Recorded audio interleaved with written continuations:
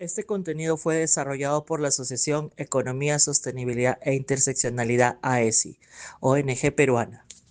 Bueno, vamos a desempacar esto porque quiero que imaginemos por un momento una situación bastante tensa. O sea, imagínate que el futuro académico de 500 estudiantes, digo, sus calificaciones y hasta su derecho a matricularse el próximo año, dependiera de una sola cosa. A ver, suena a película de suspenso, pero adelante. Pues depende exclusivamente de que una sola persona no haya guardado un archivo crucial en la carpeta equivocada. O peor, en una computadora que está literalmente al borde del colapso. Uf, o el clásico corte de energía que te destruye un disco duro y borra el registro de toda una generación. Es un escenario que, bueno, genera bastante vértigo. Exacto, da muchísimo vértigo. Hola a todos los que nos escuchan hoy en esta nueva inmersión profunda.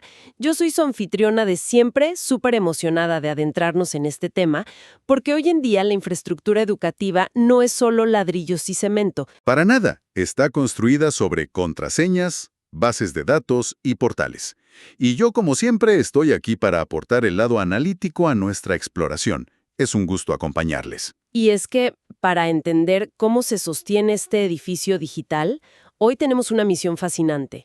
Vamos a analizar a fondo un conjunto de manuales de alfabetización digital de varios países. Tenemos cosas de Biblioredes en Chile, de Eduque.earr en Argentina, de Colombia, y una guía súper detallada del Ministerio de Educación de Perú. Que es una pieza central en nuestro análisis de hoy, por cierto. Sí, totalmente. Y el objetivo de hoy para quienes nos sintonizan es desglosar cómo pasamos de aprender las partes básicas de una computadora o de un smartphone a administrar el sistema educativo de una nación entera. Porque, a ver, no se puede correr sin antes saber caminar en el mundo digital, ¿verdad? Exactamente. Es que lo interesante de estas fuentes es que nos obligan a mirar la tecnología, pero desde una óptica de gestión pública. O sea, el verdadero valor de un dispositivo no está en sus circuitos ni en la pantalla táctil, sino en las puertas que abre. Claro, no hablamos del último celular de moda para ver redes sociales. No, para nada. Estamos evaluando cómo un smartphone, una tablet o una computadora se convierten en nodos vitales para garantizar derechos. Y ahí es donde entra nuestro primer punto. Los cimientos de silicio, el hardware y el software básico.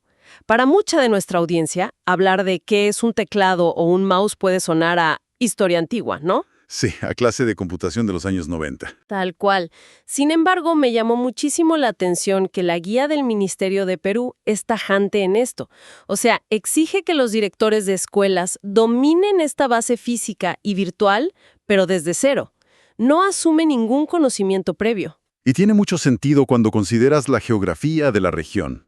Sí, pero te detalla la interacción con computadoras, con laptops, tablets, celulares inteligentes. Y a mí me surge la duda, o sea, ¿por qué un manual de alta gestión dedica tantas páginas a diferenciar, digamos, un disco duro local del almacenamiento en la nube? Pues porque en el contexto de Perú, con toda su inmensa diversidad geográfica, esos dispositivos son literalmente la única frontera entre la integración y quedarse completamente aislado. Ah, claro, la brecha digital. Exacto. El manual no explica las partes del hardware para subestimar al director, lo hace para establecer un estándar nacional. O sea, un director en una zona muy rural a lo mejor solo tiene un smartphone con una conexión a Internet súper intermitente. Mientras que otro en la capital seguro gestiona toda una red de computadoras, claro. Así es, y el requisito es que, sin importar el dispositivo que tengas en la mano, entiendas su lógica de funcionamiento. Tienes que saber cómo conectarte al Wi-Fi, cómo usar los motores de búsqueda, cómo se estructura un correo electrónico. Y sobre el sistema operativo, yo siempre hago una analogía que me encanta. O sea, aprender estas partes es como aprender a manejar un auto. A ver, explícame esa.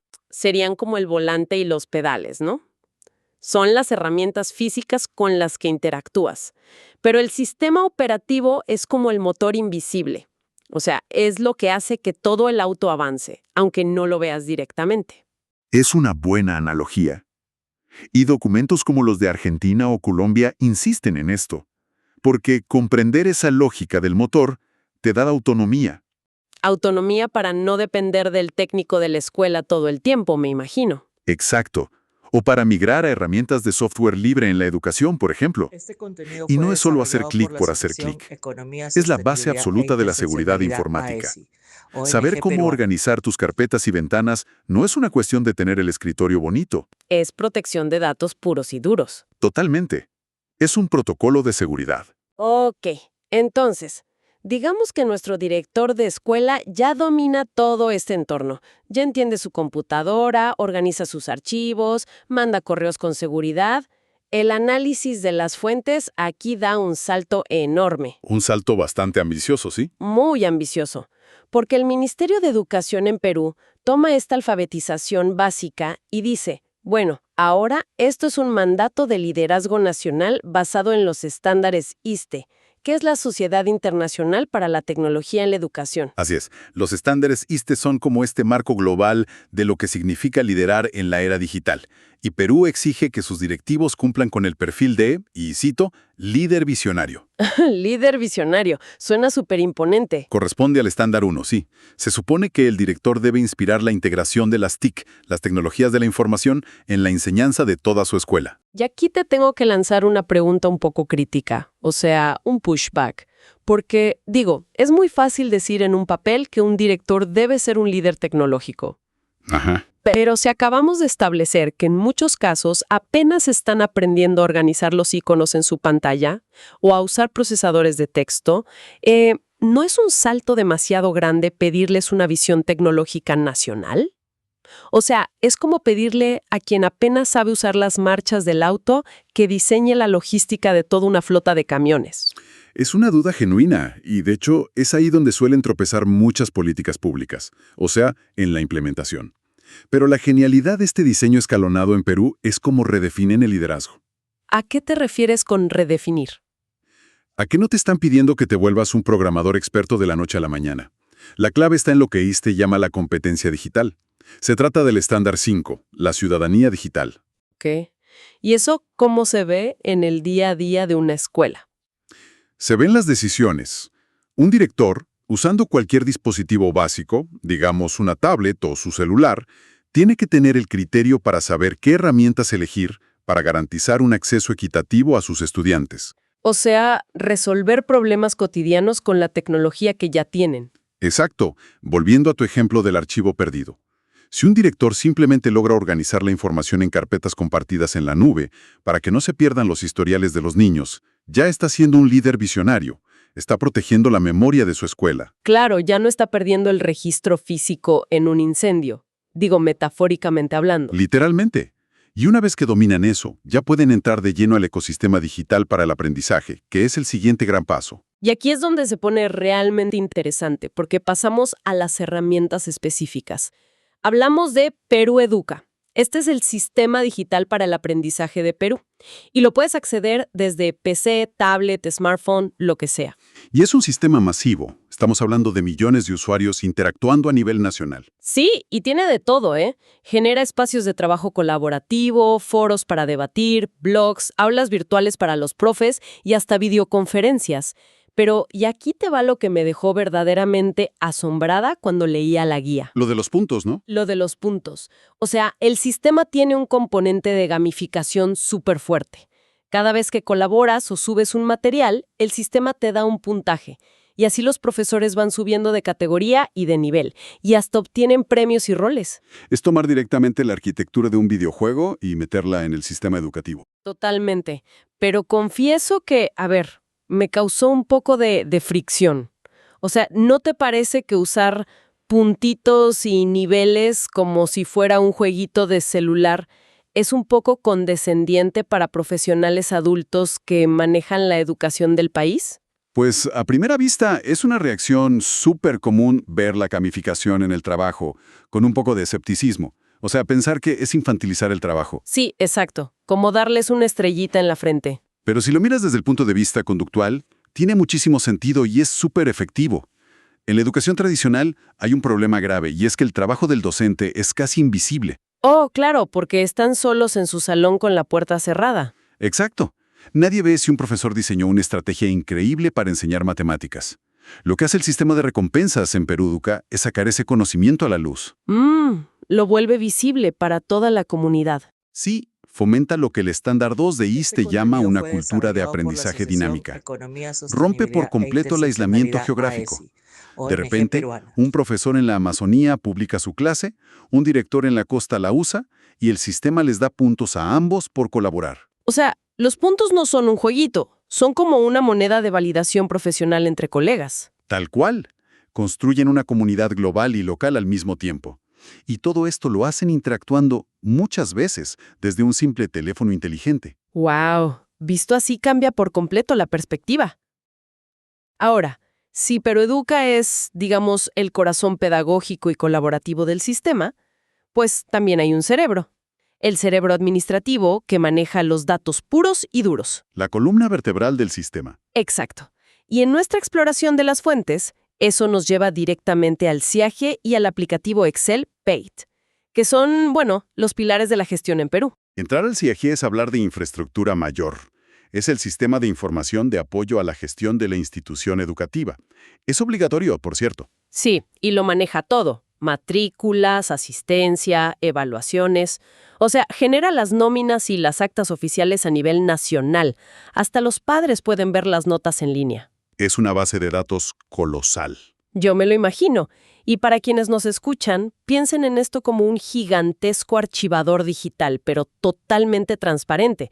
O sea, tienes al ministro de Educación, al director de una escuela chiquita y a una madre de familia, todos mirando exactamente el mismo cajón de asistencia al mismo tiempo. Es una muy buena imagen visual. Pero, claro, tener tanta gente mirando y metiendo datos en el mismo archivador tiene sus riesgos técnicos. Ay, sí. El manual menciona un problema que, bueno, me hizo sonreír porque es tan humano. Resulta que la procrastinación genera tráfico digital. El famoso colapso de fin de mes. Sí, los servidores del ministerio literalmente pueden colapsar si todos los directores esperan hasta el último minuto a la misma hora para subir las actas de sus alumnos. Claro, le hacen un ataque de denegación de servicio, un D2 a su propio ministerio sin querer. Exactamente. Y esto demuestra por qué la alfabetización digital básica importa. Tienes que entender cómo funciona la red para no saturarla. Y no solo eso, el manual hace muchísimo énfasis en resguardar la contraseña de administrador. No es el Netflix de la casa, estamos hablando del SIAGE. Claro, son datos de menores de edad. Exacto, tienes historiales médicos, rendimiento, direcciones. La seguridad empieza con que el director no deje la sesión abierta en una computadora de uso público. Un pequeño descuido ahí y la vulnerabilidad es masiva. Y bueno, junto a ese monstruo que es el SIAGE, está la otra herramienta que me pareció fascinante por lo contrastante que es. El aplicativo Excel PAT. El plan anual de trabajo. Ajá. O sea, tienes este ecosistema en la nube súper avanzado, pero el ministerio también diseña unos libros de cálculo en Excel para que formulen sus metas. A ver, yo pensaría, ¿Excel?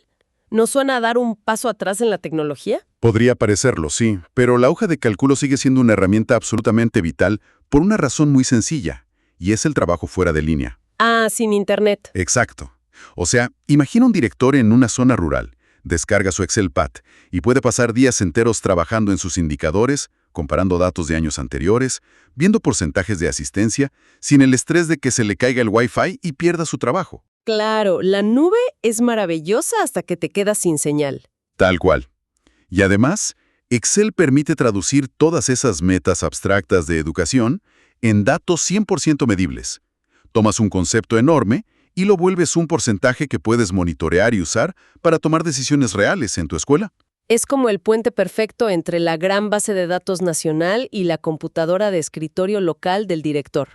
Totalmente. Bueno, haciendo un resumen de todo este viaje increíble que hemos trazado hoy, o sea, empezamos reconociendo partes súper básicas, físicas, ¿no? Como el teclado, el mouse, la pantalla del celular. Lo más básico de lo básico. Y terminamos viendo cómo, en este contexto de Perú, esa misma alfabetización básica es el motor de ecosistemas inmensos.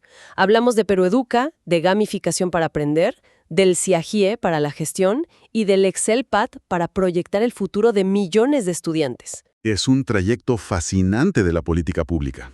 Y la gran pregunta, digo, ¿por qué le debería importar esto a quienes nos sintonizan hoy, aunque no trabajen en educación? porque demuestra que dominar estas herramientas no es solo para consumir entretenimiento o navegar en Internet. Para nada. Es el vocabulario fundamental para ejercer liderazgo hoy en día. Si no entiendes el ecosistema digital, no puedes gestionar comunidades ni crear impacto a gran escala.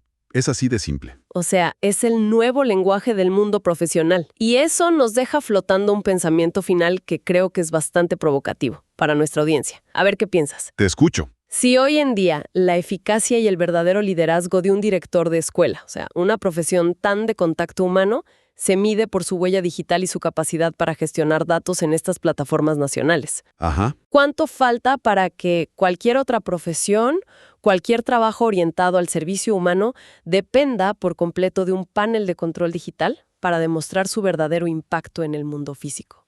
Es una excelente pregunta. Y creo que la respuesta es que, bueno, ese futuro ya nos está alcanzando a todos. Totalmente. Ahí se las dejamos a quienes nos escuchan para que le den un par de vueltas. Muchísimas gracias por acompañarnos en esta inmersión profunda y nos encontramos en la próxima. Este contenido fue desarrollado por la Asociación Economía, Sostenibilidad e Interseccionalidad AESI, ONG peruana.